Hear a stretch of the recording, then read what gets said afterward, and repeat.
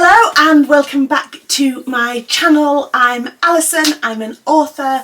I write as Alison May, Sinclair, and in collaboration as Juliet. As always, if you are interested in this sort of content, videos about writing, publishing, the life of an author, anything else that catches my fancy, please subscribe to the channel.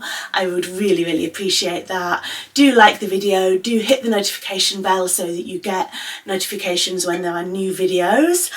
And now headlong into today's video. So I am jumping on the Authortube Newbie tag today. I'm brand new to YouTube, so it seemed like the optimum moment to do a newbie video. So this newbie tag is the OG version, which has been around for years and years and years on Authortube. I've had a quick look and I can't work out who instigated it, so if you do know, please pop that information down in the comments so we can credit them properly.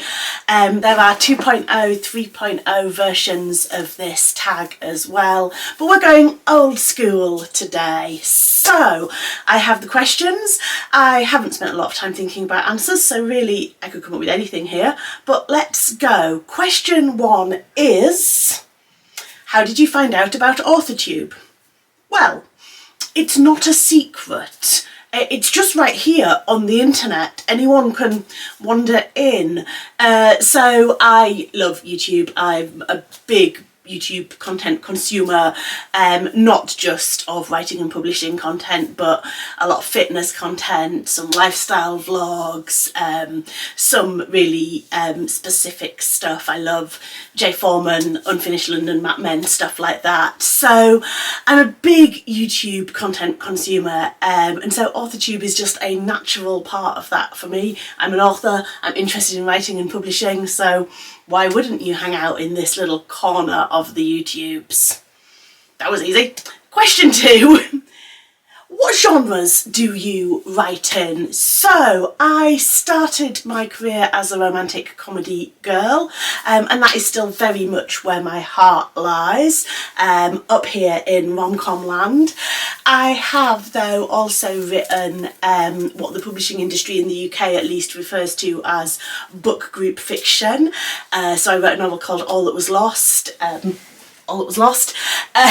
in my main writing name, Alison May, but I've also written in collaboration with another author as Juliet, and those books are just a little bit grittier, a little bit edgier, a little bit more serious in tone. But at the moment I have come back to my first love, my brand new pen name Ali Sinclair, where I'll be launching my first Ali book early next year, early in 2023, is back to romantic comedy, back to the books of my heart, which is very exciting. So that kind of follows on to question number 3, where we have: what's your preferred writing tense, voice and category of story? So I've kind of just said that I'm a rom-com girl at heart, although I love fiction kind of pretty much across the board. I don't read a lot of horror because I'm not a fan of being scared. I don't like roller coasters for the same reason. I don't like scary movies. But I love kind of all forms of romantic fiction. I love crime. I love what I've just talked about before, is kind of book group fiction, so the slightly deeper, moving towards literary fiction sort of stuff. And I can definitely imagine writing a crime novel, a detective story in the future. So never say never. I also like a certain amount of sci-fi and fantasy. I tend to prefer kind of more comic sci-fi and fantasy, but that's just personal preference. So mostly at the moment I write romantic comedy and I'm loving that, but other genres, never say never. In terms of tense and writing voice, I'm a bit fickle. So I've published novels in first person and third person, in present tense and in past tense. It's not something I get particularly irritated about. I know lots of authors and lots of editors do. Lots of people go, oh, I don't like present tense, or I can't stand first person. To be honest, for me, when I'm writing, it's usually just the voice that it comes out in. It's not generally something I make a very thought through and conscious choice about, and some stories tell themselves more naturally in the first person, and some tell themselves more naturally in the third person, and I'm kind of happy with either, really. Question number 4. Are you a plotter, a pantser, or a plantser? So, we can go back to my very first video, which I will link down below in the description, was all about this question of do you plot or do you plan, and I fessed up there that I am not a planner by any stretch of the imagination. I very much am someone who kind of sits down and writes. Having said that, I don't just write straight into the ether. I do generally at least have an idea before I start. And I'll have had some thoughts about the characters, about the setting. I might have ideas for specific scenes. But do I have a big, long, scene-by-scene plan before I start writing? No, not if I can avoid it at any rate. Question number 5 and 6 together would be... Are you self-published, traditionally published, or yet to be published, and who are you with? So I'm hybrid. The first part of my career I was traditionally published with a mixture of small and large publishers here in the UK. I've since got the rights back to my first 5 books, and I'm in the process of reissuing those at the moment. So those are now self-published, although they were traditionally published originally. And I've just signed with a new publisher, but that is still all a sneaky secret, all under wraps. But I will let you know as soon as there is more news there. Question number 7. And I've just looked at my list and I have not written down question number 7. We may never know what question number 7 was supposed to be. It is a great mystery. After I've recorded this, obviously I will go and look at other Authortube videos and find out what question 7 was supposed to be. I bet it's really interesting. I bet it's the best question of the lot. We will never know. Never mind. Question 8. What was the first story you ever wrote? I can't remember. I'm sure I wrote stories at school and things like that, like must have written stories in primary school in English lessons, but I don't really remember any of them. The first novel I ever wrote was also the first novel that I had published, originally published as Sweet Nothing with a traditional publisher and now reissued as Much Ado About Loving, self-published with a beautiful new cover, that's out in ebook at the moment. So that was the first novel I ever wrote, and it was also the first novel I ever got published. That's the sort of thing that makes other writers give you very, very tense looks, because most authors realistically do have many, many unfinished, half-finished, finished but terrible, finished but great but didn't quite make it novels in their bottom drawer when they're first published. I didn't, which is annoying, I appreciate. However, there is a massive downside to that, which is that as soon as you sell your first book, the very first thing a publisher will say to you is, what's next? And if you have some things in the bottom drawer that you can rework or refresh, you're in a much, much better position than if you literally have nothing. And I literally had nothing. Writing book 2 was just a worked example of how to have a nervous breakdown over several months. It was incredibly stressful. There's a whole video in that anecdote which we may get to one day. Question number 9. What authors have inspired your writing the most? I don't know if I'm inspired by specific authors.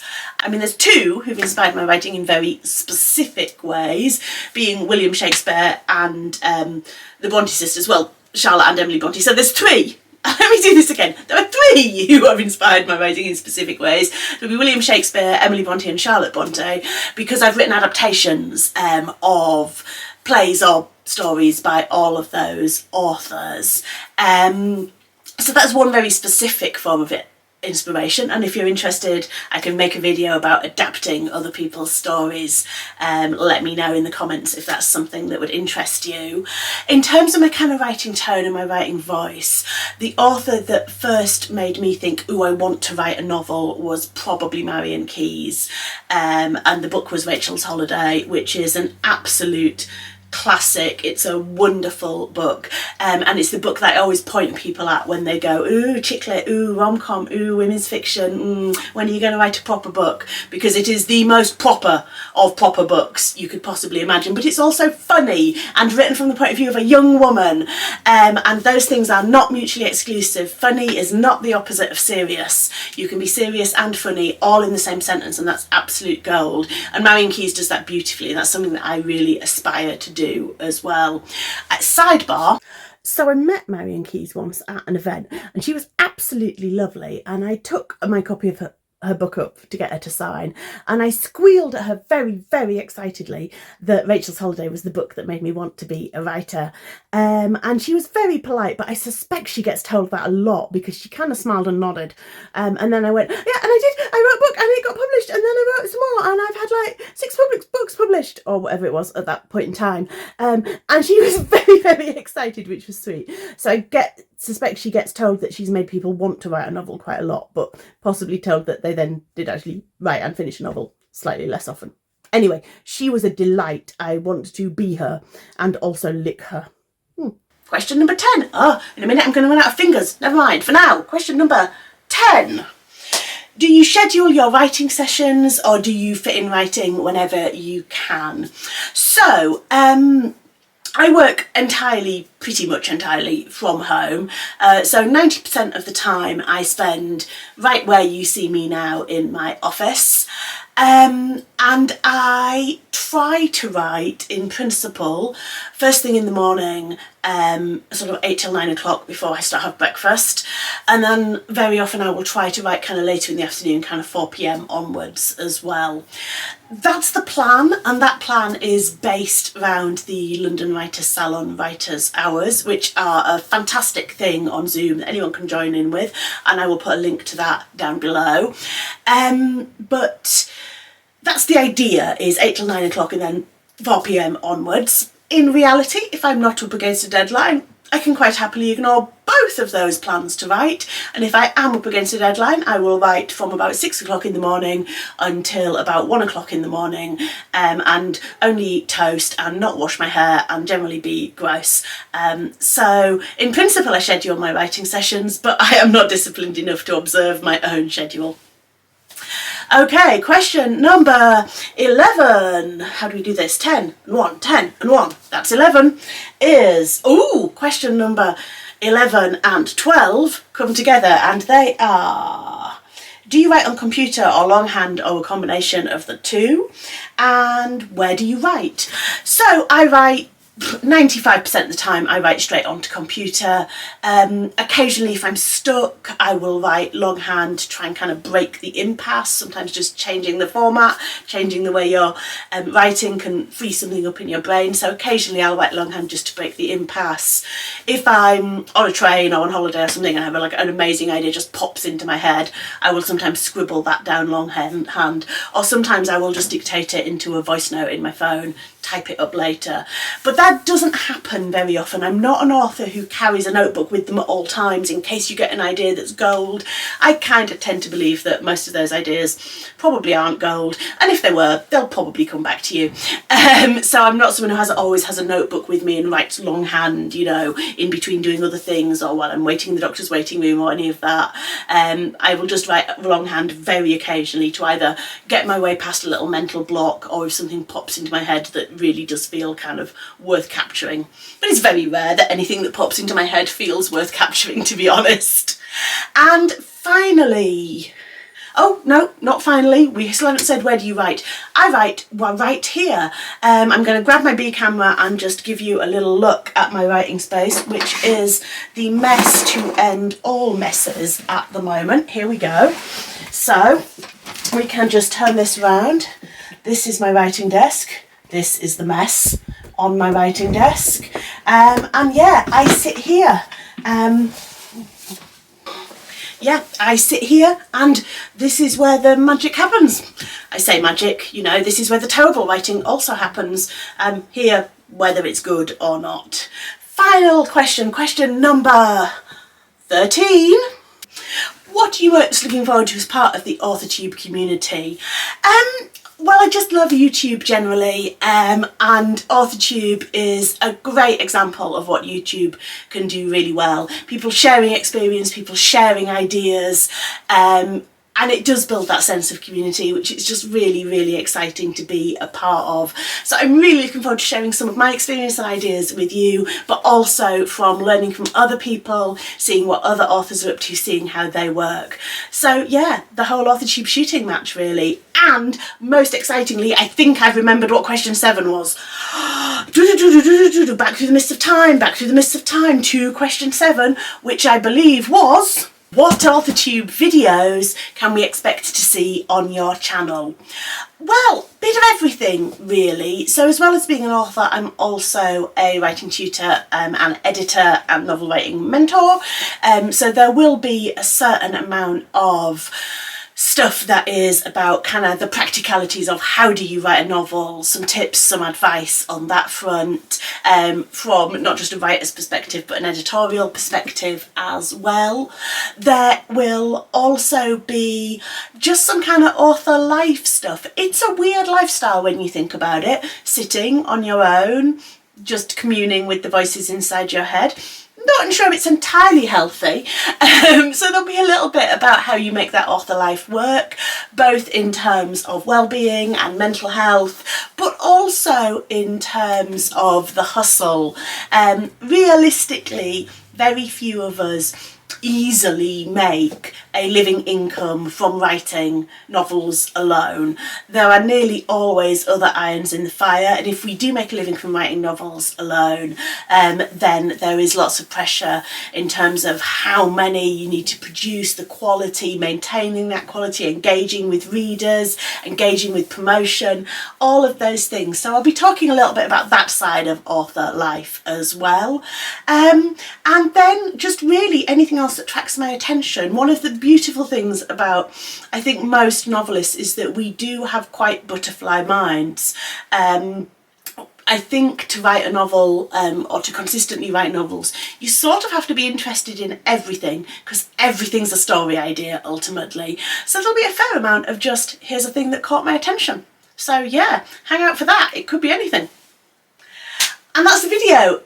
Like I said at the beginning, please do subscribe, hit the bell so you get notifications. It makes such a big difference to content creators if you subscribe to the channel. So I really, really do appreciate if you choose to do that. Well, thank you.